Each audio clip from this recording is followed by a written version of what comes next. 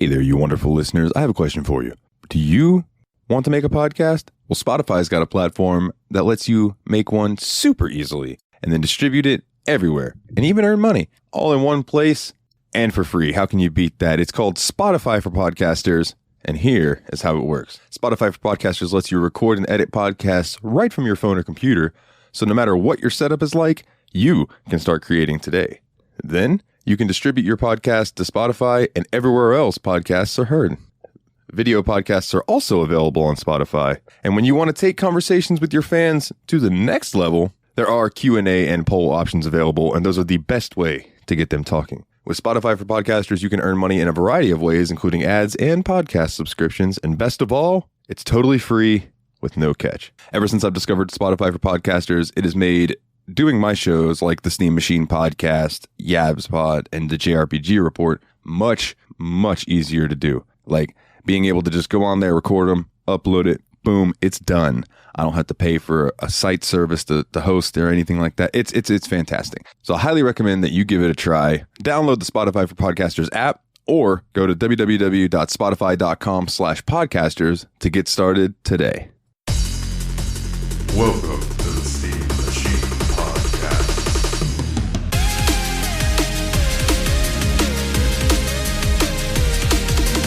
With your hosts, Dalton and Ryan.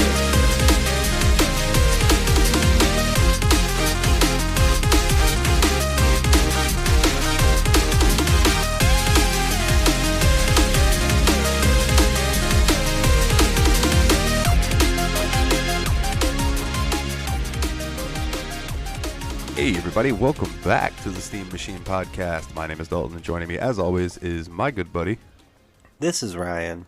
And man, what a fucking few days it's been. You had no power. Today, I have no water. Right. Fucking rough, man. Yeah. Rough out here in the sticks. Well, I guess it's not the sticks for you, but anyways. Yeah, man, so we are happy to be back with you this week with our Final Fantasy XII wrap-up video. But before we get to that, there was a lot of fucking news stuff that stuck out to me personally. So I pulled up some of them just to kind of bring them up. First thing was I watched that Nintendo Direct. And if you would like to hear me and our guest today, who we will be throwing to the interview I did with him here in a little bit, our buddy James on the JRPG Report, I guested on his show, and we covered all the JRPG goodness that came out of the Nintendo Switch. Or not the Nintendo Switch, the Nintendo Direct. But a few things that I will cover here because they are coming to PC as well is The Legend of Mana HD, or Mana, however you want to say it. HD remaster is coming to Steam. Yeah. Which is cool. That is technically the sequel to Trials of Mana because the original Mana games came out on Super Nintendo, I believe. I think the first one might have been Game Boy. But then the one everybody knows, which is The Legend of Mana, Secret of Mana, is Super Nintendo. And then Seiken Densetsu 3, which was later released over here as Trials of Mana, was also Super Nintendo. And now, the updated version's obviously on PC, PS4, all that good stuff. But now we get The Legend of Mana, which was a PS1 game, and they've remastered it. It looks really good. The sprite work is fantastic, and it is coming soon. I look forward to that. You've probably never played much of that series, have you? No, not at all. Yeah, I didn't think so. Something that you may be more familiar with is also coming to PC in June, and that is the Ninja Gaiden series. Nice. Which, those look really good. I played some of them back in the day. They're incredibly hard. Just like Tenchu was incredibly hard. Yeah. But it's going to be Ninja Gaiden Sigma, Ninja Gaiden Sigma 2, and Ninja Gaiden 3 Razor's Edge. Those will be the collection. Wow. So I look forward to that, man. Diving back into those games. It's been years since I played those. I saw some news about a Twisted Metal show in development. It got me thinking. I was like, I really want to play those games again. Are they on Steam, or have they been ported to PC yet? No, sir. But I could hook you up with an emulator that would run them. Oh, yeah. So don't worry about it. We'll get that covered.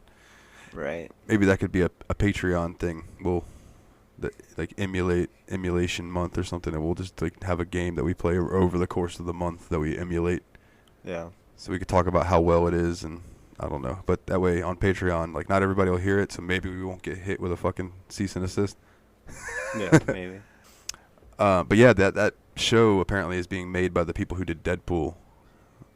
So Nice. It should be pretty damn good. I really enjoyed the Deadpool movie. I never saw the second one. Been meaning to, though. There was a developer on Steam that was being sneaky, and they had named themselves Very Positive, right? So when people would glance up, they would see that Very Positive and think that that's the rating for the game. And they got the boot. Steam kicked them off. They were like, nah, get the fuck out of here with that shit. And they got rid of them. And then just for his handle? I mean, it wasn't a handle. It was a game developer that was releasing games. And oh, yeah, no, F that. Like, yeah, they were just being sneaky. unless those games were, like, super uplifting and super motivational and inspirational, like... I didn't look into it because obviously it's gone now, but I doubt it was. Yeah. For some reason, I doubt it was. On the topic of Steam, too, Apple subpoenaed Steam, or Valve, I'm sorry. They subpoenaed Valve as part of this whole, like, fucking legal battle with Epic. Yeah. And Valve's fighting back, man. They're just basically like, nah, get the fuck out of here.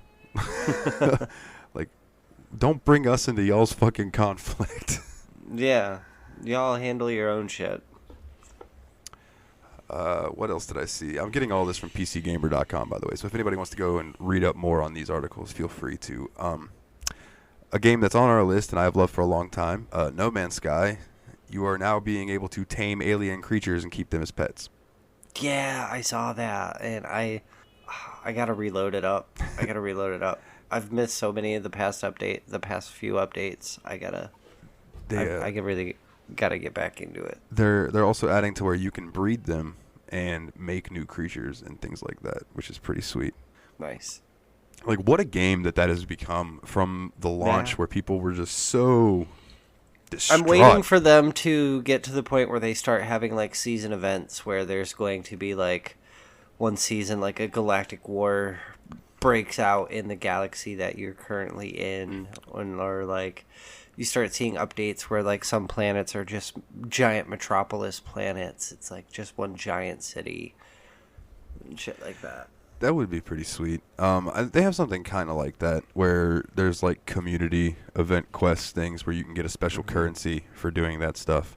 But they haven't done anything quite to the scale of what you're talking about. Yeah.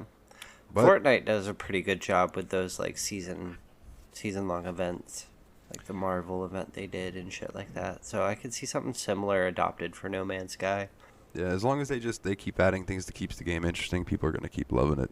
Yeah, you know? And people are slowly coming back to it after finding out about all these updates and shit. And, like, the game they promised us, yeah, it didn't come out at launch and it pissed off a lot of people, but it's slowly becoming the game they promised us. And I know, oh, go ahead. It's going to last forever. It's going to be one of those games. I know Dan from Factory Sealed really shit on that game when it first came out, but now he will even admit that it's not the game for him. Like, he's tried to play it and he doesn't really enjoy it, but he admits that it is nowhere near as shit as it was when it came out. Yeah. It is improved a lot, which made me happy because I was the one in that group always touting for No Man's Sky when everybody else was taking a big hot steamy dump on it. I remember me and you used to play it all the time. Like, even after everyone shit on it, like, gave up on it after 1 week. Yeah, I think that's there was a time where there was one active player on Steam for it. Yeah, that's what you were saying before. That's sad. But I'm glad it's kicked back. Civilization 6 is getting an update that you can now talk to barbarians instead of just having to attack them. So you could possibly, like, persuade them to join you or make peace treaties, like that kind of thing. I thought that was pretty cool. That is pretty cool. Amazon is releasing a new MMO called New World, which I think is strange. But, I mean, if anybody's got the money to do an MMO, Amazon does. Yeah. So we'll see about that. I didn't find too much, like, diving into it, but it should be out later this year. That's how they're going to take over the world. One MMO account at a time. The biggest thing for me came out during BlizzCon this week, and that is that they are doing a remastered Diablo 2. Diablo 2 Resurrected. And I could not be more excited because I fucking love Diablo 2. Yeah. So much fun. Is that because of the ties of Lilith with the new one coming out? Isn't Lilith a part of, like, a heavy part of 2? I think I remember her being in 2. I don't know. It's been a long time since I played it, but I'm pretty sure. But I'm thinking they're doing it because Diablo 4 is nowhere near release. You know what I mean? And like they're just kind of giving people something to play in the meantime. Yeah. So why not hit that nostalgia? But man, I mean, personally, like I said, I'm fucking looking forward to it. I'm also stoked for Diablo 4. Like that's just one of my favorite series. Yeah. I love the dungeon crawling, hack and slash, click around, fuck everything up. It's wonderful. Oh, speaking of hack and slashes, I added a new game to our list. And did you? I did it strictly because I thought, you know what, Ryan is probably going to really enjoy this, right? It's called Damascus Gear Operation Osaka HD Edition, and it is a mech hack and slash. Nice. And I was like, that sounds pretty rad. That does sound pretty rad. And then shout out to John from Tadpog Group. He had some Humble Bundle keys that he didn't want, and I got Valkyria Chronicles 4 Complete Edition. So shout out to him for that. Nice. Also added something that I don't know if we'll do for the show, but it's a game called Learning Programming, Python. So apparently as you play it, it teaches you the Python programming system. Oh, that's cool. And Persona 5 Strikers came out. And of course you got that. Oh, I had it pre-ordered, son. Like, yeah, of course you did. And it is fun as fuck. Yeah. Super smooth gameplay. You're gonna really like it. If you liked that Hyperdimension Neptunia hack and slash, like, this is another level. Yeah. It's gonna be really, really fun.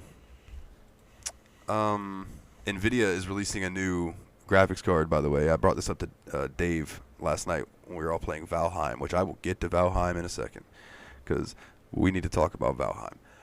But their new graphics card that's coming out has a cryptocurrency mining limiter on it. Oh, I saw that. And I am completely behind this because getting a graphics card has become damn near fucking impossible. Yeah. They all sell out, and it's because these people that are buying 10 to 20 of them at a time and being like, they're just using them to mine crypto, and then they burn those out and they buy more. Like, that's how it works. Yeah, they're either mining crypto or they're scalping them. Yeah, that too. And they're probably scalping them to people who are getting them for crypto. Yeah. I mean, it's become a ridiculous thing. Like, I get that cryptocurrency is awesome and all, but stay the fuck away from my PC parts. Like, right. Get your own shit. If there was a company that started up and they released graphics cards, quote unquote, that were specifically for cryptocurrency mining, they would make a fucking fortune. Yeah, they would. Yeah, we should look into that. Copyright Steam Machine Podcast. Right. You heard it here first. You heard it here. But yeah, so I kudos to them for doing that. You know, I look forward to it. Eventually, when I upgrade, I'll probably try to shoot for one of those, just because they'll probably be more, plentiful. I'm waiting on tax time. Something that you wouldn't care about, but I know some of our listeners might since they're PC players. World of Warcraft Classic is getting Burning Crusade servers this year, so they are going into the very first expansion that they ever released. Yeah. This gives me hope that 10 years from now, there will be World of Warcraft Cataclysm Classic servers, and I can go remake my Holy Paladin that was unkillable in PvP and arenas, and I can relive my glory days. Because as soon as Mist of Pandaria came out and they switched all the skill trees around and they put a mana cap, fucked it up completely and it no longer was any good. And now in the game, the spell that I used to use that would make me top heals and top DPS is not even in the game anymore. Wow. R.I.P. Exorcism. Yeah. Holy Paladin's best spell, in my opinion. What was great about it, I know you didn't really play much World of Warcraft, if at all, but I had it basically set up, all my gear, all my glyphs, all of that shit, to where I had over 1 million MP. I had really high defense, and my exorcism spells cast time was less than a second. Jesus or it was Christ. like a little over a second. It was down to as short as possible, right? Yeah. And I had it to where it would crit, and it would crit often, and it would crit hard. So I would just start spam casting that at people, and it didn't cost a lot of mana, so I never ran out of mana. And it would hit them, and most times they would start running towards me, and before they got to me, I would kill them. But if they got to me and started hitting me, I could use Bubble, which makes you, which takes damage for you, and then I could heal myself, and then keep spamming Exorcism at them. And then when my Bubble went down, guess what I could do? Pop another one, and I would have Bubble again. So it was like no one could kill me unless you were really good. Yeah. And I fucking thoroughly enjoyed it. But like I said, Mr. Pandaria came out, and while I loved Mr. Pandaria as an expansion, I hated what it did to the gameplay as far as PvP goes. But the other side of it, the PvE stuff, was phenomenal. I really liked it. Which brings me to... Oh, real quick. If you get a Far Cry 6 beta email, it's a phishing scam. So don't click it. Anybody that's listening, Ubisoft has put out there that they are not sending out emails for beta tests, so don't fall for it. Which brings me to Valheim. Surely you have at least read something about Valheim in the past week. I've seen links for a couple of articles, but busy at work and shit. So it is a survival crafting RPG type game, right? Okay. And you play as Vikings. You're Vikings. And it is fucking phenomenal. Bro, yeah. It's sold 3 million copies in less than 3 weeks. Wow. That's actually really good. It was second only to Counter-Strike Go as it broke over 500,000 peak players at one time. Wow. And, dude, it is so good. I spent hours playing with people from Tadpog. I think it was me, Catchpenny, Paulsh, Dave, and Zal. And is this on Steam? Yeah. And I highly dude, it's $20. You should totally buy it so we could play it together. Yeah. It's really fun. I was Catchpenny had been posting stuff in the Tadpog Discord about it, and I was like, all right, that game looks cool. I'll snag it when it gets on sale or something. And then I saw a Reddit article. And this Reddit article was I was out sailing the sea in my Viking ship and ended up getting into a battle with a giant sea serpent. And right then, I went and bought the game. Because I was like, that sounds fantastic. Right. That sounds awesome. And I think it was... I don't remember how they described it last night because it was perfect. But the game's graphics, they look like a PS2 game in some spots, and then in other spots, the lighting and stuff looks phenomenally good. So it's a really interesting graphical style, but I'm really enjoying it. The developers were saying that Zelda and Skyrim influenced them more for this game than all of these other survival crafting games that have come out. Interesting. At the core, they wanted it to be you have to craft and survive and build a hut and all of that, but they still want you to have fun. So they want you to go out and hunt and fight. There's bosses that you can kill, and when you kill the bosses, you gain access to crafting some new stuff. And there's dungeons that you can stumble upon and go in and clear out. It's really, really cool. That's cool. So I'm definitely gonna get that as soon as I get. Anybody who's interested, definitely pick up Valheim. Come join us. It's great. There's going to be another Steam festival in June, and that's usually when they announce some new games coming out. A lot of indie developers, that's when they release their new stuff, demos for new things that are coming. I think it's some of the new something I think it was earlier was it this month? No, I think it was earlier in the year. There was a winter event, and there was 500 new demos added to Steam. Damn. So there's no telling what's going to happen in June. It'll be between June 16th and June 22nd. So there's that to look forward to. And that might be around the same time that Steam does their next big sale, because they usually do really big sales around those times. Yeah, they usually do. Well, the only other news thing that I have here, and I picked this out just for you and your lady, because I feel like this game would be right up y'all's alley. there's a new horror game coming out, and you play as a cat named Biscuit. Fantastic. And from what I'm gathered, it says, waking up in the midst of a stormy night, a gray feline named Biscuit finds his mom nowhere in sight. So basically, the game is feel what it's like to be Biscuit as he searched for his owner through the memories he has clung on to. That sounds sad. Yeah, dude, it sounds fucking crazy. And it's a horror game, so I can't even imagine what may be like. No, I want to be a cat. I just want like a cat simulator. There probably is a cat. In fact, there probably is. I know. I think it was on PS4. Yeah, it might be on the computer. There's a game called Cat Lateral Damage, and like you just play as a cat and try to cause as much commotion as possible, like knocking things off tables. Fantastic. Well, let's take a quick moment and throw over to my past self with the interview with James, and then we will be back to me and Ryan, and we will wrap up our thoughts on Final Fantasy XII and find out what we're playing next week. So, what is it in Wayne's World? All right, everybody, and for this segment, I have brought along a buddy of mine. You have probably already heard me and Ryan talking, but this is earlier in the day, and Ryan is busy at the moment with kiddos and such, but I hit up our buddy who is what I consider our JRPG expert for the show, and it is our good buddy James from the JRPG Report. How you doing, buddy? I am excellent, sir. How are you doing? I'm doing well. I figured that I would bring you in because who better to talk to about the Final Fantasy series than the guy that I talk to and listen to every week for my JRPG news.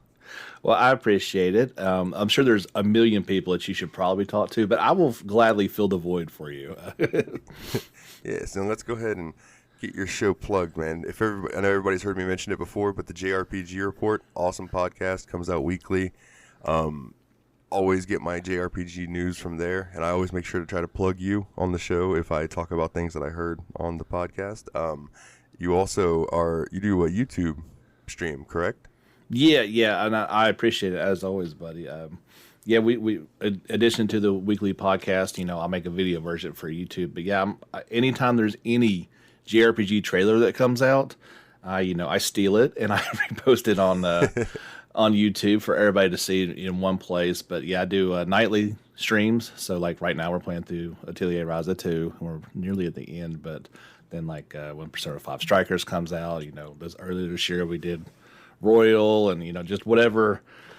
If I got a few extra bucks, I can get a new game. I'd stream every night, something going on. And little channel's growing into something pretty cool. We got fun chats going on during the live stream, so I encourage everybody to come up. It's usually about 10 o'clock at night, so just search JRPG Report on YouTube. And that's 10 o'clock Eastern time, right? Yes, I'm sorry. I always feel I forget there's a rest of the world out there that doesn't know what that means. Brother, me too. Me too. Like, I'll be watching somebody on Twitch, and they'll be like, all right, it's about midnight, I'm wrapping up, and I'll look at my clock, it's 3 a.m., and I'm like... Oh yeah, that's right. It's different there. But Speaking of Persona 5 Strikers, you might have an opinion on that. I got to dive into it a little bit. I haven't played much of it yet because I was really, really focused on beating 12 and getting all of the hunts. But I did dive into it a little bit, and I will say, immediately, you are going to probably feel like I did, where I was like, my fucking friends are back. Okay. It was such a cool feeling. And getting to see everyone again, it takes place, a little time after Persona 5. And I've done a little bit of the battle mechanics, man. And it's Persona Dynasty Warriors. It's wonderful. That's very good news. That's what I think we're all hoping for. And yeah, I mean, it's like 6 months, I believe, after the conclusion of Persona 5. To be, it's weird because it doesn't have anything to do with Royal. They're assuming that didn't happen. I don't know what's going on with that. But so my biggest fear was this was going to be like Dragon Quest Heroes, which is one of my favorite, Dragon Quest is one of my favorite games. And they made a warrior style offshoot, but it was kind of hot garbage. So I downloaded one of those just to try it out before I buy it, kind of thing, and it was kind of slow for a Warriors type game. Super slow, which I didn't think you could get slower than turn-based, but they managed to with an action system. Which, I mean, when we played Hyperdimension Neptunia U Action Unleashed, God, that's such a mouthful. When we played that, it's a little bit of a slower hack and slash, but I expected that because it's a AA game. It's not fully funded like Square Enix can do. And then, when I played the Dragon Warriors game, or what was it? What was it? Dragon Quest Heroes is what they call it. Right? Well, they made 2 of them. Yeah, that's it. So obviously people liked it enough to warrant a sequel. Though I say that, and then we got 313s. So. Yes, exactly. I did like the way you called Hyperdimension Utopia more than a mouthful. That is a perfect description for those games. Yeah, every single one, except maybe like Super Neptunia RPG. Like that's the easiest one to say, probably. Oh no, you didn't get my innuendo there. Oh, okay. No, I got you now. Yeah, especially Vert. I thought I was on one of those podcasts that we could make those kind of jokes. You're right. You're right. Big old titty. There you go. Now I know where I am. Yeah, dude. Especially Vert and that. Oh my goodness. Yeah, for sure.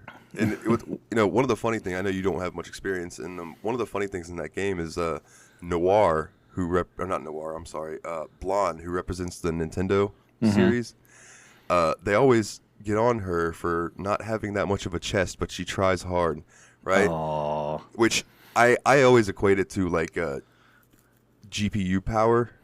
You know what I mean? Like Vert represents Xbox, so she's the bustiest of the crew, and Noir gets not Noir. Damn it! I keep saying that. Noir represents PlayStation. Blonde gets so mad when you try to tell her that, like, what do you mean? I'm just as good. I don't need him. Blah blah blah. Oh wow, no, it is a series. Like I said, I think we were talking the other day. Like I know I had this on my Vita, the one that they're remaking, however you say that. So yeah, I got a few hours into it, but my Vita is. I don't know if anybody else has this problem, but like I can't get the thing to charge with the cable. Like the charge port is super loose, and I've actually opened my Vita up to try to like tighten all that going on. It's just, I don't know. I do more harm than good when I do stuff like that, though. I know how you feel there, man. I have this Xbox controller that I took apart just because one of the buttons was sticking. Mm-hmm.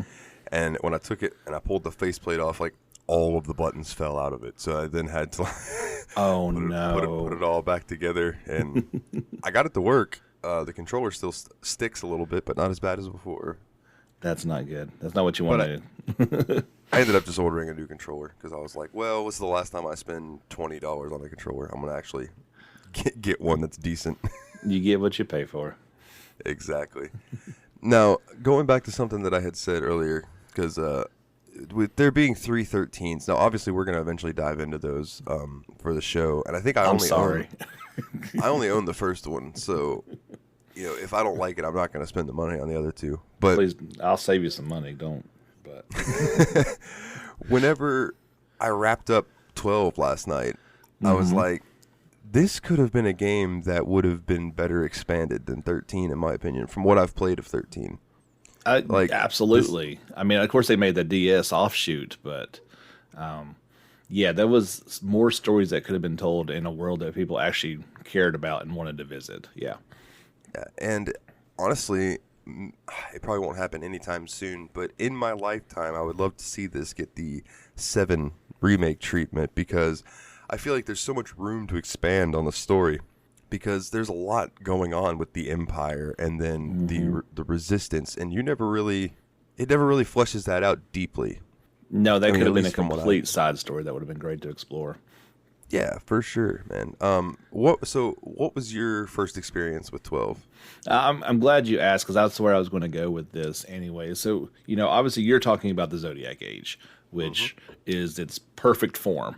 Not how I originally played it. No, okay, so I would at least put on the same basis. There's, back on the PS2, when it first comes out, I'm assuming day one, I probably stood in line at GameStop or whatever to get that. So, with 12, it's such an interesting title. So if you got your PlayStation 2 and it's getting near the end of the life of it, 10 is such a great game. Do we agree on that part? Oh, 10's fantastic. Good. So then 11 comes out, and nobody knows what a console MMO is. We barely know what it is as far as a PC goes, at least, console players like myself. And you couldn't help but feel alienated because that was my first real experience with it. I didn't want to get into it. I didn't want to pay for a game I pay each month. And, internet wasn't that great back then anyway. So, yeah. You're already feeling a little on the fence. Then 12 comes out. And as a turn-based, aficionado, you could tell it wasn't. But you didn't know what it was either. It's such a weird battle system. It was very MMO-esque. Like, I played 11, but because back then I had a character on a buddy's account, so I would pay his dad the $3 or whatever it was for the extra character a month. But so I was used to that kind of thing, and let me go ahead and say, if you never played that, just real quick, Final Fantasy XI had, it's a little better about it these days, it had no respect for players' time. That's not None. Good. And you could die and you would lose experience. So you could level up and then die and level down. Ooh, one of those games. Yeah, it was brutal. But anyway, continue, sir. But yeah, so I'll be honest, when I first played 12, I don't think I really liked it. I tried, and I'm very guilty of this in general, is I want to play a game the way I kind of like to, and then I learned how to play it and how the game wants you to be played are two different things. And so yeah, for sure. When I'm first playing it, I'm trying to play it like a turn-based RPG. I'm inputting everything manually. And of course, it's way too fast to do that. You have to the same thing. Okay, good. I'm glad I'm not the only one. You just end up dying because it has to auto attack. You have to spend hours setting up your gambits. And absolutely. I didn't want to do that. And it gave a bad experience. Yeah, when I first played this, I didn't even get what the gambits were because I was young. Mm-hmm. Probably old enough to have known because, if this came out in 2006, then I was 14. Okay. When it came out, so I probably played it around 14 or 15. But I didn't realize that how useful the gambits were until probably my second or third playthrough of the game. Oh, wow. I never beat it back then either because I would always get to a point and be like, all right, this game is far too hard. It is impossible to play without the game playing for you, which, you say that and it's like, well, that doesn't sound like much fun. But then, so you set your gambits up for your basic stuff and then you get to control the fun stuff. All right. That's the way I kind of finally accepted it. And, I would do all the magic. Or if it wasn't, a flying enemy that you had to auto attack. But as you really accept it and get into it, the story is what really brings you into it. It is, it's been said many times before, it is Star Wars. Oh, yeah. And that was brought home to me by, the closing of the game. One of the last cutscenes is this big sky battle between these airships and stuff. And I'm like, oh, yeah, this is totally Star Wars. Yes, in the best possible way, in a medieval type setting, which, Final Fantasy has gone back and forth several times between futuristic and old school. If you go old school back with 9, it kind of went a weird place with 10, but this one felt more like the old ones did. And I loved it because of that. It looked the part, it played it, had a lovable cast of characters. Back then, it did feel like it forced Vaughn as the main character on you, which nobody liked, but because the other characters are just so much better. Yeah.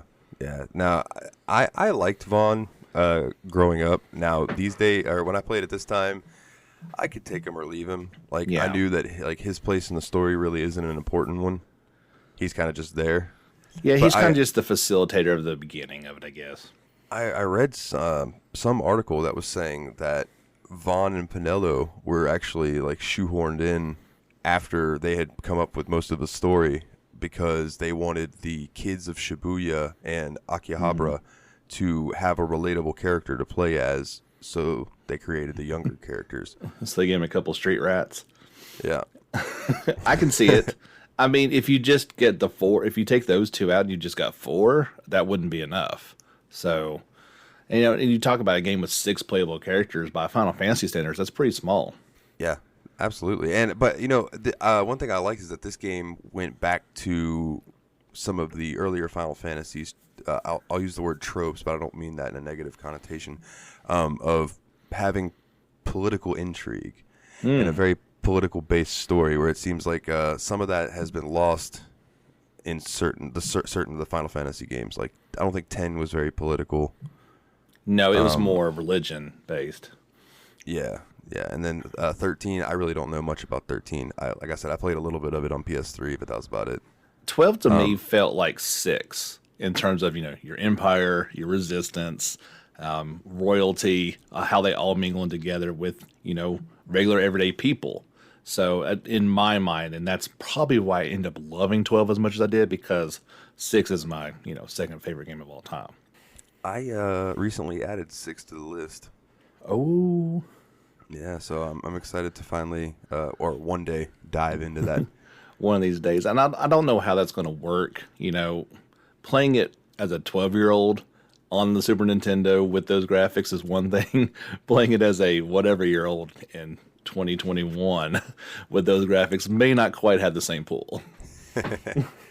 Yeah, we'll see. I think the one on Steam that I got is like an updated graphics version, but it's not like HDified. Like, I know there's a lot of people hoping that maybe one day Final Fantasy VI will get a remaster in the vein of Octopath Traveler, which I think would be pretty cool, actually. If they're going to do it, that's how they need to do it. I don't want to see a full remake treatment. Yeah, I don't think it would work the same as like Trials of Mana did, which did translate pretty well. But I don't think actually I know for a fact, at least over here, Trials of Mana is nowhere near as beloved because it didn't get released over here. Exactly. We missed out on that the first time, so we only got it recently, which was, I still need to get into that. It looks awesome. But so when you started off playing back in the day, you also were kind of the same way, like you didn't necessarily love it. You said you just didn't beat it at all back then? Yeah, it's not that I didn't love it, because I really did enjoy it. I just would get to a certain point and fall off. Like, I want to say I would get to... my memory when I was playing through this time, it was actually like I played more of it than I thought. Okay. I think when I was younger, I had gotten to Gyrovagan, which is like going into the Great Crystal. Yes. And I think that's where I would always fall off, is trying to navigate that, because I didn't have a map back then. And that's the one that doesn't have one, right? Yeah. I had to, this time running through there, I pulled up on my second monitor like a map of the place. Okay. So I still played through it. Even this last time playing through it, I didn't have anything. In my opinion, that is one of the worst dungeons in JRPG history because of that. Oh, it's brutal. It's brutal, so big. And having the you have to flip a switch and then run to try to find the gate to touch in the right time. Oh my goodness! If you touch the wrong gate, then you got to do it all over again. They did not hold back on that one. The rest of the game is relatively mild. It's got plenty of mini maps, full maps. You can tell where you're going. It might have some difficulty spikes, but nothing like that. Yeah, for sure. Now, have you played the Zodiac Age? Oh yeah. I got it. I guess when it came out, I was very much looking forward to playing through that again. So 2 years ago when it re-released? I can't quite remember, but this says release date July 11th, 2017. Oh gosh, my time is way off. So yeah, that's when I got it. Hey man, time flies these days. No kidding. Except maybe last year. Last year dragged, but last year was like 5 years. I really like the classes being added to it. It kind of gives the characters a little more structure. You kind of can't have a party full of jack of all trades. No, you definitely need to have specialized roles, but you can really dig into them more. I think we were talking about like you completely changed Balthier into a completely different person, whereas I left him as kind of what he was and didn't use him as except for if everybody else is dead type of deal. Yeah. I love that playability, and you can just have this awesome team of exactly what you want.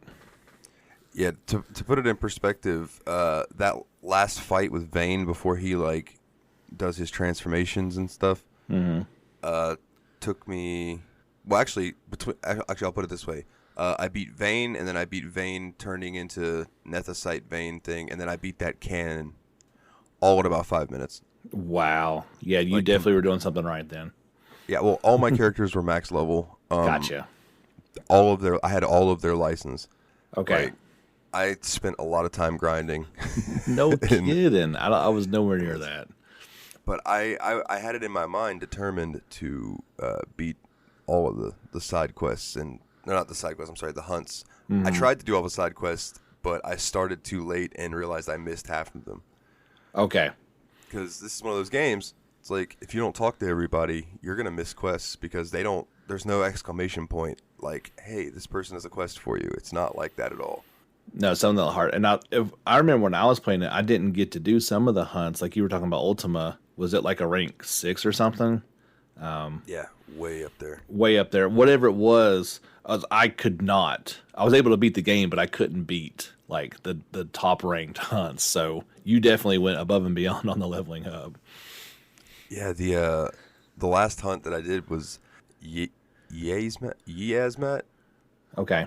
I think that's how you say it. I have no idea how to actually pronounce it. Yeah. But the thing had like 50-something million HP. Good grief. On 4 times speed with all my gambits set up, it still took me like 10 minutes to kill it. Wow. And the only thing that worked was that I had everybody's gambit to throw a phoenix down, and it was like, because I know that items are quicker than magic. So yes. I'm like, I stocked up on phoenix downs and I stocked up on X potions. I had 99 of each. Oh, yes. And at the end of the fight, I had, I think, 27 Phoenix Downs and about 10 X potions left. Wow. It's so weird how they do that auto, especially like 4 times speed. That'd be incredible. I never played games like that, but yeah, that was, especially against Vayne. Yeah, that's where you stocked up all those X potions the entire game for that fight. Because it was, I mean, obviously it wasn't that difficult for you, but that was a pretty tough fight. And, of course, it would not be a JRPG until you fought God, right? Yeah, exactly. It seems that's like it always leads to you fighting some sort of god. Just a normal dude, long hair, but then he gets all buff and, yeah, goes into God mode. So that's it was bound to happen. I had this thought last night. I'm like, how come we've never gotten a JRPG where the main villain is somebody like Vaughn, right? Where you just don't expect it coming. But then I sat there and I thought about it, and I'm like, well, I guess Persona 5 kind of did that. In a way, yeah. Not quite to the same extent, because I never liked him. But I guess Vaughn, you didn't like him either, and he could have turned into a bad guy. I see what you're saying there. But yeah, somebody that's in your party and then betrays you and ends up being the bad guy, that's pretty cool stuff. Wasn't it Persona 5 that I guessed about that particular character, and you were like, I don't know. Yeah, no, you totally nailed it, and I didn't want to ruin it for you. I thought so. Yeah, I think I did that in 4 too. I'm like, I bet it's this dude. Yeah. Yeah, you totally got 4, and that was extremely well done because that one caught me by surprise. Well, I don't think, man, I'm getting tongue tied. I think I only thought that in 4 because I had already played 5, and I was like, okay, I can kind of see where this is going based on knowledge from 5. So yeah, I can see that. It was a little more of a shocker the first time you played 4. Oh yeah, I can imagine going into it blind. I would have personally probably thought it was Teddy himself, but that was what you were assuming kind of the whole time, was there was some sort of dark side to Teddy, and he was going to end up being the bad guy somehow, not like willingly, but just had to be type of thing. Yeah, and now he just ends up being some creepy dude. I love him to death, but he's very creepy. He is. So who was your, I think you told me in message, but so who was your main party that you rolled with ultimately? So when I went into the final battle, I was using Balthier, Bosch, and Ash. Nice. But like I said, I took the time to level everybody up, so it was kind of interchangeable. Balthier and Bosch both just did insane amounts of damage. If I would use the technique, I wanted to call it a link break for some reason. I'm like, that's not right at all. Link break's not even a thing. No, that's like Trails talk there. The technique expose, which lowers their defense. Okay. And the Zodiac Age takes away the damage cap. Like, you don't max out at 9999. Jeez. So Balthier sometimes we're hitting these bosses for like 20,000 a hit. Wow. Because he had a great sword, and I had all of the things pumped into giving him extra battle damage. Okay. And just the combo that I gave him, which was Knight and Bushi, which Bushi is samurai. Okay. And just those combined, he was gnarly. All I remember is Bosch was my main tank, and like I give him a hammer, and he would just hit people like 4 and 5 times and just wail on people. It was so much fun to watch. Oh, speaking of hitting 4 or 5 times, I did take the time to steal all of the Genji armor from what's from the judges. Gilgamesh. No, Gilgamesh. Okay. Yeah, Gilgamesh. That's awesome. I haven't done the trial mode yet, but I've been meaning to go and check that out too, because apparently you can get a lot of good gear from that. Yeah, I don't think I'd check that out. I think I just beat it, and that was on to the next one type of deal, which is what I usually do with games. I'm very bad. Like, I think I talked about in that one last mailbag. Like, they're like, which game do you want to go back and replay, or how do you do it? I was like, I usually beat a game, and I'm done with it. Like, I don't replay games very often or do extra stuff. I don't know what that is. I guess your thing is you don't beat games. And my thing is I just get done with it. I don't care about, platinums or doing all the extra side stuff. I just kind of want to be on to the next one a lot of times.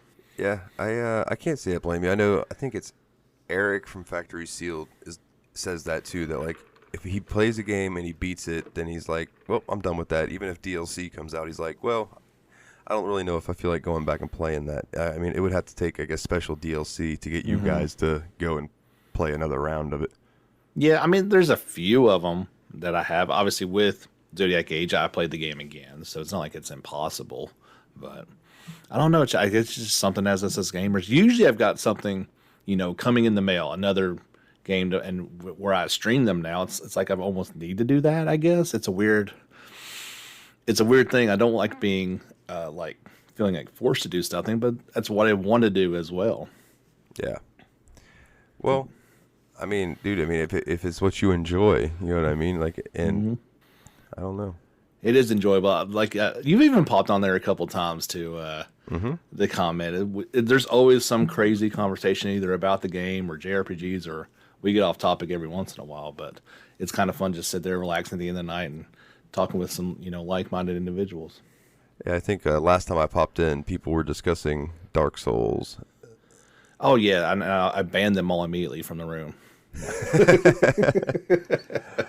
There's a big plot by our buddy Hans to get you to play some Dark Souls, man.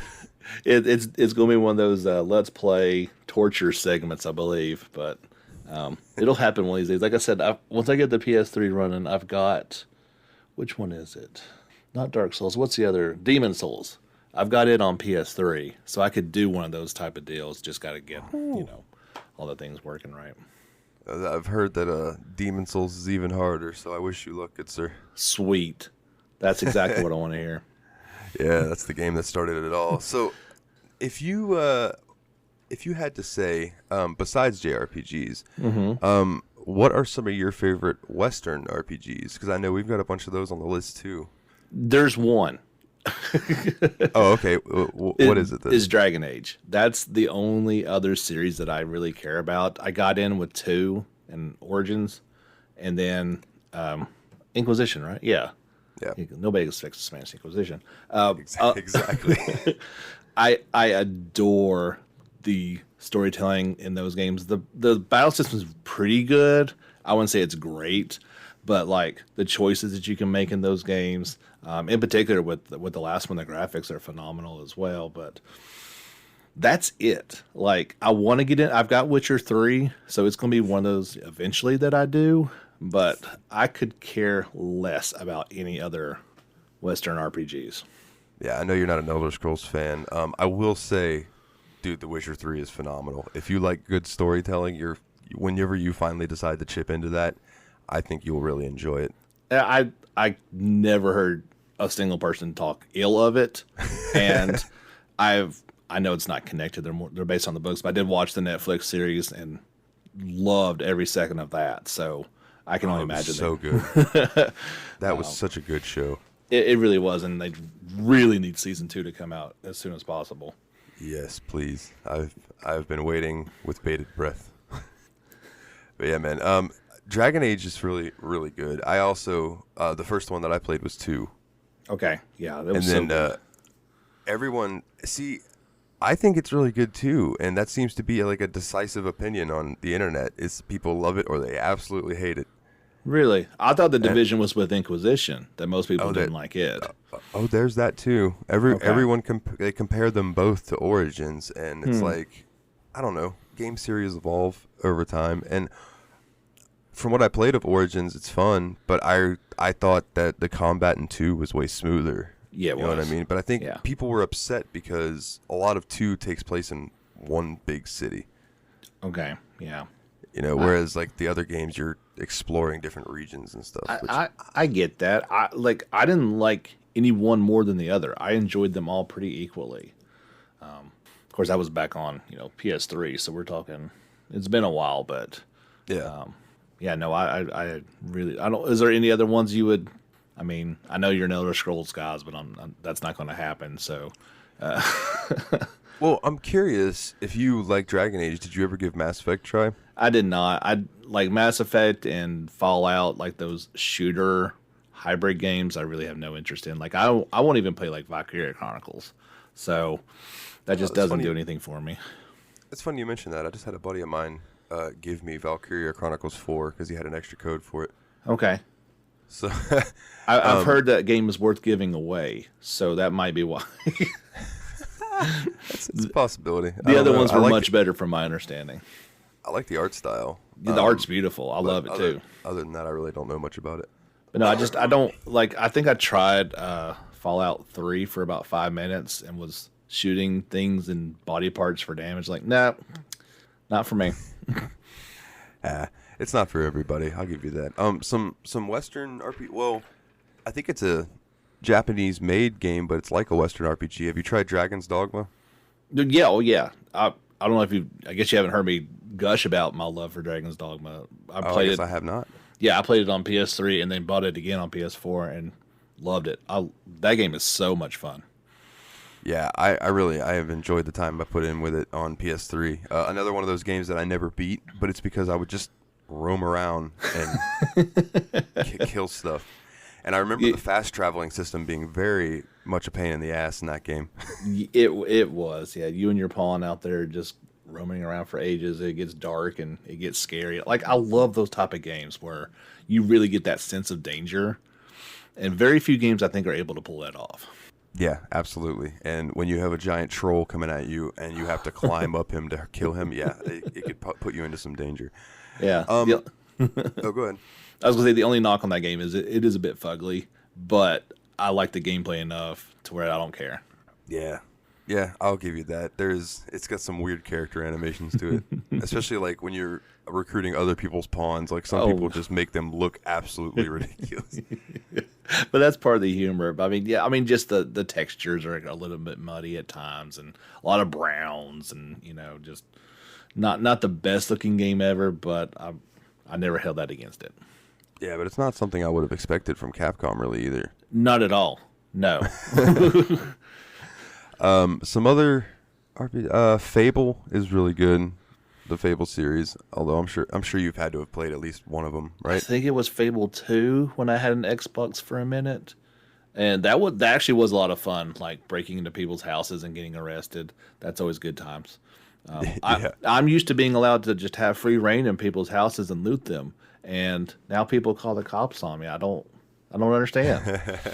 Well, you'll like The Witcher because you can take anything that's not bolted down really in that game. Okay, and I will. So the other series that I think I would suggest to you would probably be Divinity. Okay. And certain divinities, like maybe Original Sin 2, and I personally love Divinity 2 Eco Draconis is what it was called. Mm-hmm. Nowadays, I think it's Divinity 2 Developer's Cut is the one that you can get. The cool mechanic to this game for me is that you get this part of you that can I guess you're like not like Dragonborn, but almost like that, where like basically you can run at a certain point in the game and jump off a cliff and hit a button, and your dude does a flip in the air and turns into a dragon, and then you can fly. What? That sounds awesome. It's wicked, dude. That's not what I expect in that type of games. That's pretty cool. And it's one of the better stories in a game that I've played, with a twist that you most definitely will not see coming. Okay. Even if I tell you there's a twist, you still won't see it coming. I've got a buddy of mine, and he's like-minded with us in JRPGs, and I think that was his most played game of last year, even more than like Remake. I mean, he put a ton of time in it, but it was like 200 hours or something into that game. I was like, good grief. I didn't think it was that long, but... Which one did he play? Original I think it was. Sin? I think it was whatever. Is that on Place or PS4? The ones on PS4 would be Original Sin 1 and 2. So if he was playing Original Sin 2, I don't blame him, because that's the type of game that you can play over and over with different play styles. And I may give that one a shot if I see choices. it on sale somewhere. Yeah. But I don't want to keep you too long, man. So I'll ask you, in your pantheon of Final Fantasy games, where do you think 12 would fall for you? I think it deserves to be near the top. For me, it's 6. Obviously, is number 1, and then I kind of got 9 and 10, probably just above 12. But it's top 5 easy for me.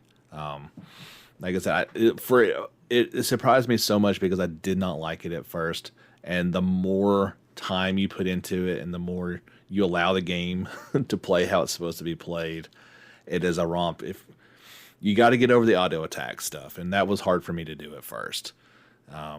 But once you get your gambit set up and you allow the story to be experienced, and like going into the caves, what is that city called? You got Jahara near they're talking about the Saturnian caverns. Yeah, I mean, just all of like the caves feel like caves, and the desert, you feel like you're really out in the desert. Like, they did a great job with the environments, the forest levels. You feel like you can get lost in there forever. I mean, you go around a bend and there's a great marble staring you in the eye and it's about to spew all over you. Like, that game was great. And one thing that I try to remember too is that when I'm watching these quickenings and these summons, I'm like, dude, this was a PS2 game. Yeah, like, that's really impressive for being PS2. Yeah, I mean, as good as Zodiac Age looks, it was a very good-looking PS2 game. Obviously, it came out near the end. I think even PS3 had launched or was about to launch when that one came out. Yeah, I think it was a few months out from launching, yeah. Yeah, so a lot of time they're like, hey, maybe it should have been pushed back to PS3. I'm glad they didn't. And of course, the architecture was so different between those systems, they couldn't have done that. But I had a great time with it. I even had like the special edition for a minute. It was it was a very beloved title, and every bit. I've seen people hate on it, and I don't understand that. And I can only assume that they were like me at first, and they didn't give it a proper chance, because it's easily top 5. I totally agree. I know Ryan would tell you that this game was slowly climbing to being his favorite because how much he loves Star Wars and how much it reminded him of Star Wars. That's really interesting. Like, I mean, obviously the parallels are there, and I can see somebody saying that. I think that's maybe where, if you come in later in the series, you would say, and it's so good because that is the last great Final Fantasy that we've gotten. 14 not excluded because it is an MMO, but so much better than the games that came after it. It's not even funny. Yeah, we can only hold out hope for 16. Well, I will end on this, sir, and okay. I'm going to say it dirty, but I'll let you clean it up a little bit if you'd like. Okay. Fuck, marry, kill. Fran, Ash, Pinello. What you got?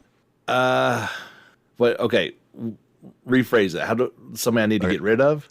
Yeah, if you got if you want to bang one, you want to marry one, and then one you could get rid of. Oh no, it's you're definitely banging Fran because you can't bring home a rabbit lady to mom and dad.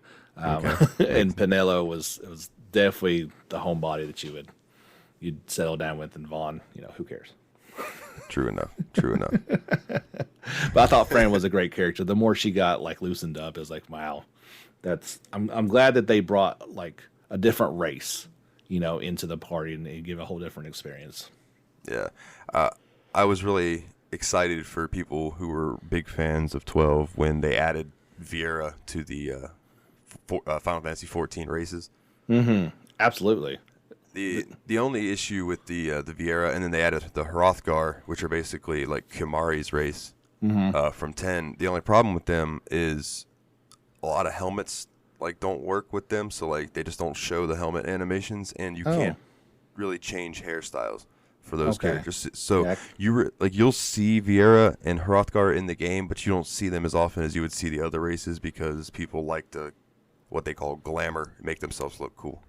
I see. So it's not one of those games where you can equip a helmet but just not show it. Oh yeah. You'll have the helmet equipped. It's just they won't show on your character because they didn't animate it or whatever. No, I do that with a lot of games, so that's fine. Yeah. Certain games I like to see see your face. That's one thing about Skyrim. I wish you could equip a helmet that was invisible if you wanted, so you could have your character's face. Yeah, or like you could do that in and out of battle, something like that. Because it'd be kind of cool to have it when you're going up against an enemy, but if you're walking around town, you kind of look just silly. Yeah, if somebody comments on how handsome you are and you're just like wearing an orcish helmet, you're just like, yeah, I'm real handsome. That's correct. You are right. Well, all right, brother, man. I appreciate you coming on and talking to me about this. Everybody, again, go check out the JRPG Report podcast every week. Drops on Thursdays? That's correct. Yeah, and sometime in the afternoon, I usually get around to it. Yeah, and then every once in a while, you might catch me on a Sunday special or something. Yeah. I mean, of course, you were on there last week with our big Nintendo Direct show, so we had a lot of fun doing that. And every couple of months or so, I bring you on and we just chat about the greatest genre of all time, right? Absolutely, man. There's nothing that I love more, and Ryan hates walls of text, so he's got a long ride ahead of him, sir. Oh, man. Yeah, he's in for it. But, all right, man. I really appreciate it, brother. Absolutely. Thank you so much for having me on, Dalton, and I will talk to you again soon. All right. Now I'm going to throw back to my future self now. Peace. Future self. We were time travelers. All right, we're supposed to be back now, but I'm going to go ahead and say, you know what that felt like? Do you remember that episode of Seinfeld when Kramer's got the Merv Griffin set in his apartment, and he just tells them, all right, after this commercial break, and there's no one there, and they're just sitting there, and Kramer reaches down, sips his Coke, eats some chips, and is like, all right, we're back. That's what that felt like. But yeah, we are back here, and I want to thank James again for coming on and doing the interview. I know you had no power, so you weren't able to do much of anything yesterday, but we appreciate him coming on. Check out the JRPG Report. He's the man. He's a funny dude. The JRPG Report is safe for you to listen to around your children. Keep us for nighttime. Listen to the JRPG Report during the day, because it's good, clean family fun, and you will get all the news that you need about any of the JRPG stuff or stuff coming out of Japan that you might be interested in. So, good sir, Final Fantasy XII. I rolled credits on it. I know you didn't quite get there. No, I didn't make it much further than where we left off last episode, unfortunately. Well, I mean, that's what happens when you have work and 2 kids and a life. Yeah, a couple 13-hour days and 2 kids, It gets there, but soon taxes are coming back. You know what that means. I'm gonna have a shiny new PC to play with, and yeah, that's probably going to entice me to do some more stuff. Real quick, R.I.P. John Huber, because anytime I hear you know what that means now, it just makes me sad. Yeah, it does. It does. Quickly, before we get into what we thought about the ending, or what I thought about the ending of Final Fantasy XII and your kind of thoughts on it, shout out to our Patreon, the Cog, Mr. Nate. I forgot to give him a shout out at the last episode because this is new to me, and I felt really bad about it. He told me he didn't even notice, but I noticed. So I'm going to give you a shout out now, and I'm going to give you a shout out at the end of the episode because you the man. You the man, Nate. So I think last time we wrapped up, I was talking about that I was going to go ahead and try to do all the hunts. I did. I got every hunt done. Every one. And Damn. Brother, let me fucking tell you. The last one took me to have to go and get all of my characters to max level. By the time I was done, all of my characters were not level 99. I had all of their license. Like, I got every license on both their boards. I got all of the espers and the side espers. Wow.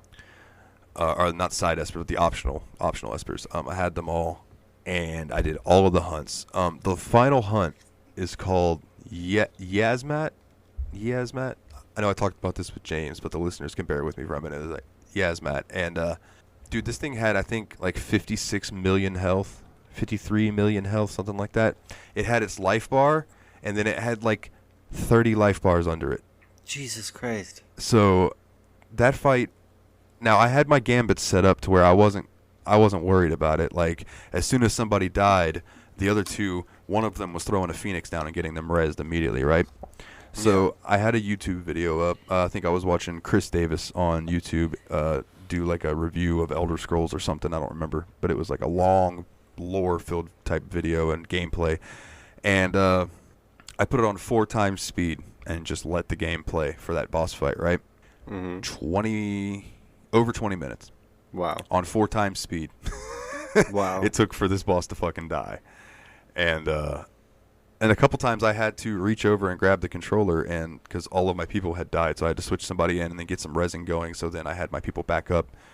Wow. While that took a long time, I did have the Yagyu Dark Blade, which is a special weapon that you can find inside of the Great Crystal when you're going through that shit, which is my least favorite part of the game. I remembered that was the point. Well, I'll get there in a second. But so as hard as that fight was, even though I had the Dark Blade that did more damage to it, and then I had the Genji glove, I had the whole Genji armor set that I had stolen from Gilgamesh. God, that's I forgot his name when I was doing the thing with James too, Gilgamesh, and went and fought the Omega. I think it's like the Omega Mark 12 is what it's called. It's the hardest side boss in the game. I ran to it once in the Great Crystal because it's buried deep in the Great Crystal. And it was just standing there. And I ran around it and nothing happened and I left. Waited till I got a little bit later in the game. Ran back to it. It was just sitting there. And I ran around it. Nothing happened. So at this point, I'm like, all right, fool me once, fool me twice. Now I'm fucking looking it up. So you had to beat all of the hunts and then accept Yasmat as your... accept the final hunt, and then once you did that, you could go fight Omega. So I went ahead and killed Yasmat, took care of that, finished all the hunts, got the trophy, yada yada yada. Then I went to Omega Mark again, and when I walked into his zone, he was standing up ready to go. And this fight took me 16 tries. Wow. At max level. Because this fucking thing's got, when you get it down to maybe 20% health, his life bar's about yay big. Mm-hmm. He starts doing this move that would one-shot everybody. Wow. And my people couldn't keep up with healing enough to, healing and Phoenix Downs, just trying to do it. They couldn't. It would be like one would die, a Phoenix Down would get thrown. By the time that person rezzed up, the other 2 were dead. And then that person would throw a Phoenix Down, and then as that person rezzed, that person was dead. And it just became this cycle of using Phoenix Downs, and then eventually he'd just kill everybody. Yeah. So I had to really think about how I was going to do this, right? So I thought the only thing that saved my ass is there is a spell in the game called Reverse. And when you cast that spell on your player, it switches healing and damage. So like heals would hurt you and damage heals you. Mm-hmm. That is the only way I got through that last bit. I had a gambit set up and I switched it on whenever he got to like 30% health. Mm-hmm. So that my mages would keep a reverse up on everybody. And I think I had a couple reverse motes that I had found throughout the game. So like I even tried to use those and was able to beat him. Now I didn't get the achievement because I was playing offline because you were playing at the moment too. But I want it to be known. I beat that motherfucker. I beat the hardest side boss in the game. God damn it. It took me 16 tries, but I beat it on the 17th. 16 tries. Yeah. The 17th try was my lucky number this time. So, after all of that, I go to the final area, the Sky Fortress of Bahamut. Yeah. I go in. There's some cutscenes that play, and basically, like, Vayne and Larsa are standing there, and Vayne tells you basically that he's going to have to kill you. You've gotten in his way. And then he tells Larsa to stand aside or join him or something, and then Vayne turns, and Larsa's got his sword pointed at Vayne. And he's like, no, brother, I will not join you. I cannot back this cause. I loved Larsa's voice actor. I don't know who it was, but kudos to them. They did a really good job. So he joins you, and then you have to fight Vayne. Now, think about the 2 fights previous that I told you about. How long do you think it took me to beat Vayne? Oh, man. It took you, like, 5 minutes. 10 seconds. Oh, yeah. 10 seconds. I went in, it started, and my dudes ran in. Vaughn hit with a 2-hit combo. Balthier had the Genji gloves, which makes you attack combo more often. So I ran in. Bosch was hitting like a fucking madman because he had the Excalibur, which is the best 2-handed sword. So he walks in, hits Vayne for like 20,000, right? Just boom. Vaughn does a 2-hit combo. Balthier does a 4-hit combo. Larsa hits him. Bosch hits him again. Dead. Damn. Boss fight over, right? So then because you don't have to take him all the way down. You take him to a certain point, and then it goes to a cutscene. And he gets, like, overtaken with this nasty nethicite energy that you've been dealing with throughout the entire game. And he becomes Hulk Hogan Vayne. He's fucking Ultimate Warrior jacked, like, roided to the fucking gills, Lex Luger style, just bruh. And then you got to fight him again. And that took me about 45 seconds.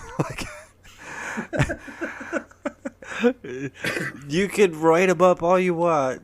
Vayne's still a bitch. Yeah, still a bitch. And then you beat him, and he goes walking out of the building. And before you get to him, you have to fight Gabranth again, which is Bosch's twin brother that did all that shit in the beginning. And you basically realize that Gabranth isn't necessarily a bad dude. It's just he swore to protect Lord Larsa, so he would do anything to protect that family type thing, right? But then he realized Vayne is a fucking psychopath and is attacking Larsa, so he tries to attack Vayne, and Vayne just whoosh knocks his ass back. And at that point is when, in the cutscene, Vaughn grabs this sword and just runs up like, ah, and just nails Vayne with it. And he goes flying down this fucking staircase. Even in his roided self, you know what I mean? He just goes flying down and lands. And Bosch kneels down by his brother and's like, we'll be back for you. So then you go outside, and it shows a cutscene of him walking, and he's talking to Venat, which is that weird, ghostly thing that would be behind him, you know what I mean? And there's a whole council, I'll call it, of those that you guys go and meet with, and they tell you that you must destroy the Dawn Shard, Dusk Shard, one of the two. I think it's the Dusk Shard. That you must take this. They give you a new sword because you went and got the sword from that one dungeon where she was supposed to hit the rock and didn't. But they give you a new sword, and they're like, use this, motherfucker, and this will help you. So Vayne's walking, and he tells Venat, like, I'm sorry I failed you. I am no Dynast King. You must find someone else to help you finish off your task, basically. And Venat tells him, oh no, you helped me far more than you know. Like, the Dust Shard's destroyed now. The fate of man is back in man's hands. So, like, basically don't worry about it. We'll go out with this together. So they go and they take over this fucking massive cannon. I don't even know how to describe it. It's a big fucking huge cannon thing, right? Yeah. And I'm thinking, oh, this is the last boss. This is going to be fucking epic. And I beat it in like 35 seconds. Maybe a minute. Because I was just so jacked up from doing all the fucking hard side quests. Because you maxed out your characters and the game's only like buffed it to stop at like level 65 or some shit like that. I think the final boss was like level 60. Yeah, I just wrecked it. Yeah. Absolutely wrecked it. Yeah. But it was satisfying because it was like, no, I earned that.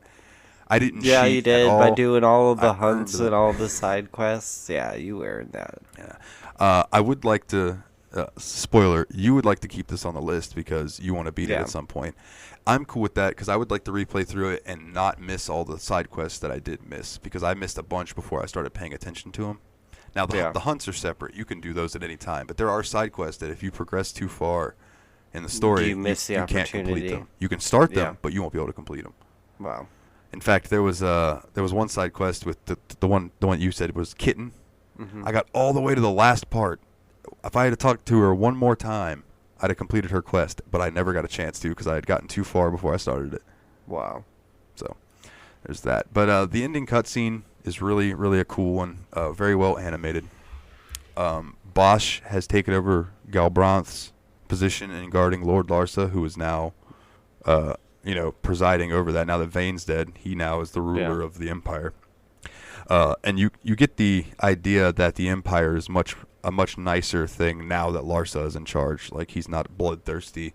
He was a very intelligent young man, if I do put it in that way. That's good.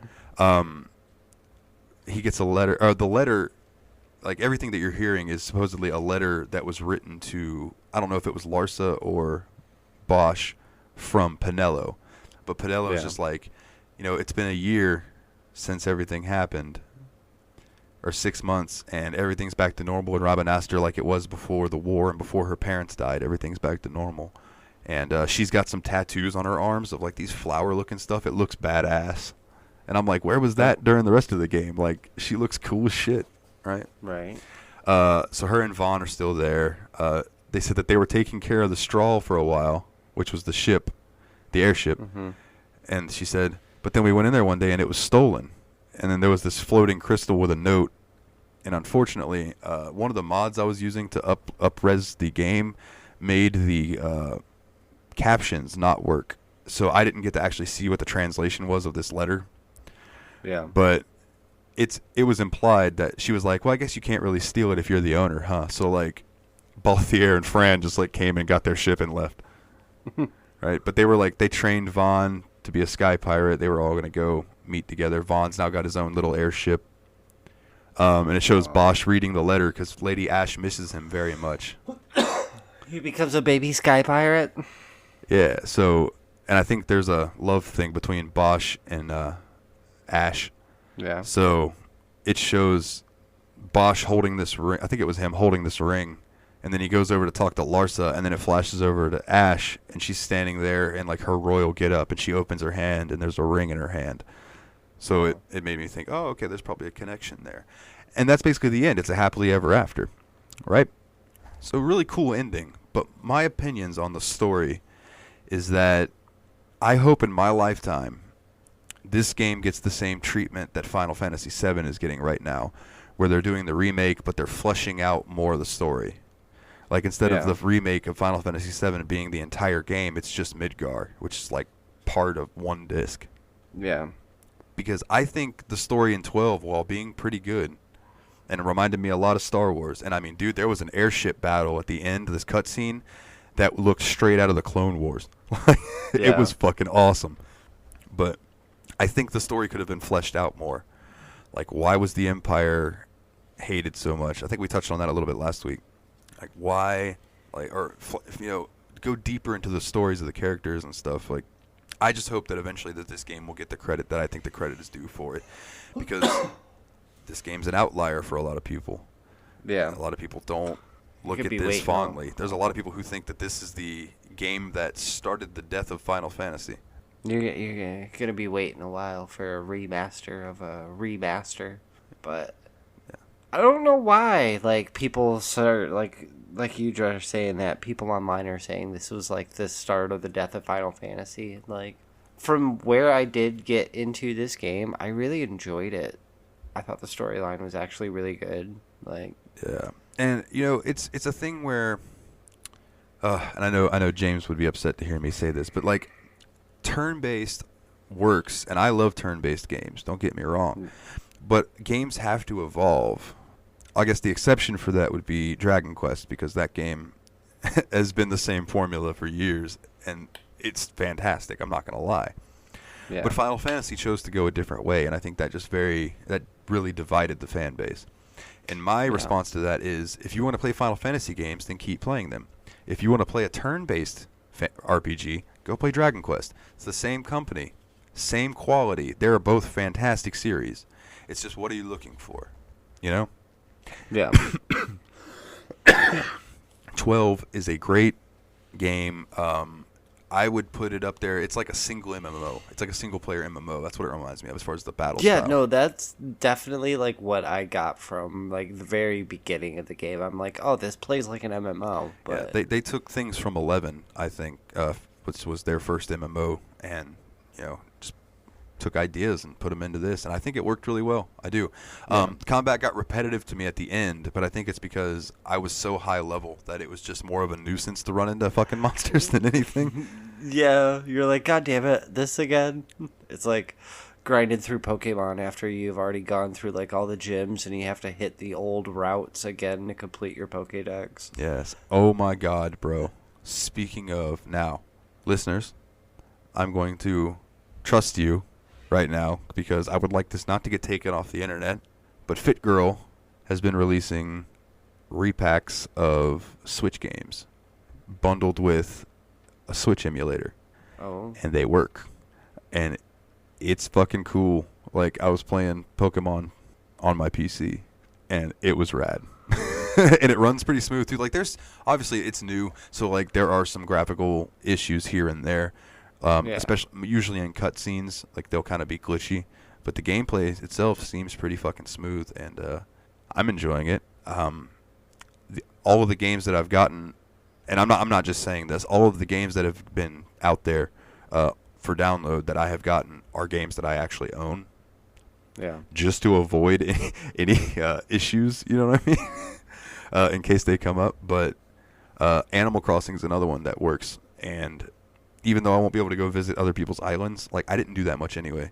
Yeah. Like I would visit yours if you needed some help or some fruits or anything, and vice versa. But for me, just like at 4 o'clock in the morning and I can't sleep, if I can just like load up Pokemon, or I mean I could do that with the Switch too, but it's just convenient. You could just grab the Switch. Like, it is portable. Yeah, but it's just convenient to have it all on one little thing. Yeah, I get that. So. Since you completed 12, how many Moogles? I was gonna say Moogles. Yeah. I was about to say Moogles. So how many goddamn chocobos would you rate this game? How many damn chocobos?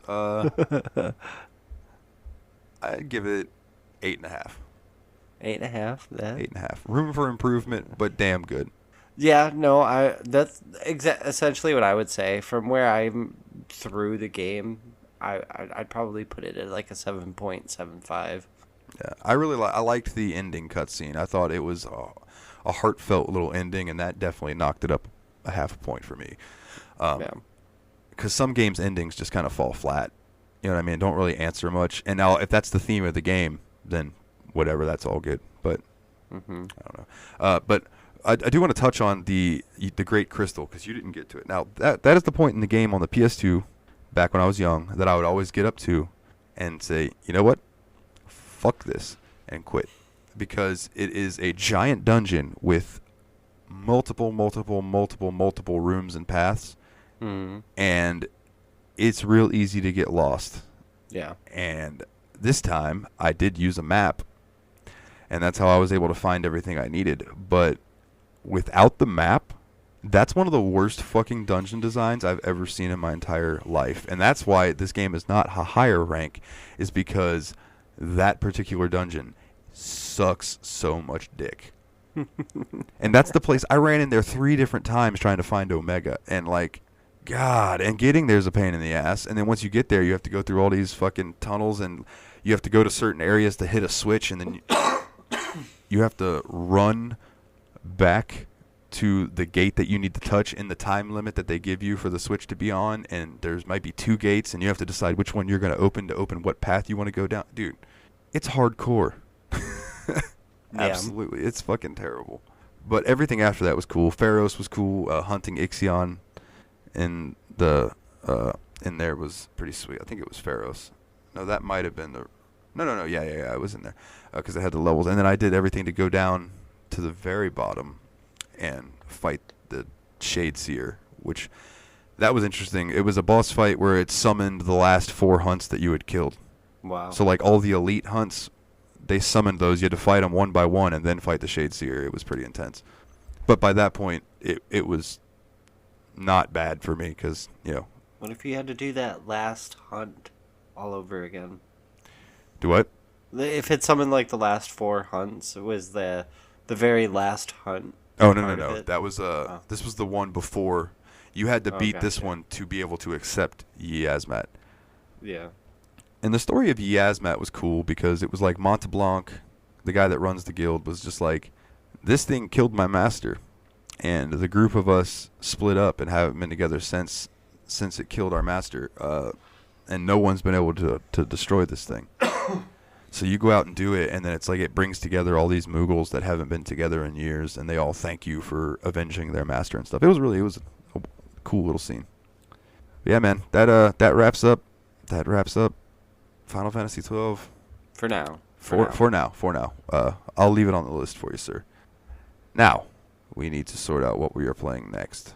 I had already run Steamy and got my time at Portia. Yeah. I also feel like playing Planet Zoo. And then a part of me wants to run it again. So, I think what I'm going to do... I'm down for Planet Zoo. That's like a game that isn't going to really, like, require my, like, a super amount of attention, like Final Fantasy 12. So that's a game that I can kind of just, like, throw on my lap at bedtime and zone out for a couple hours with, like I used to do with The Sims. Yeah, but if you want to run it again, you can. I'm thinking.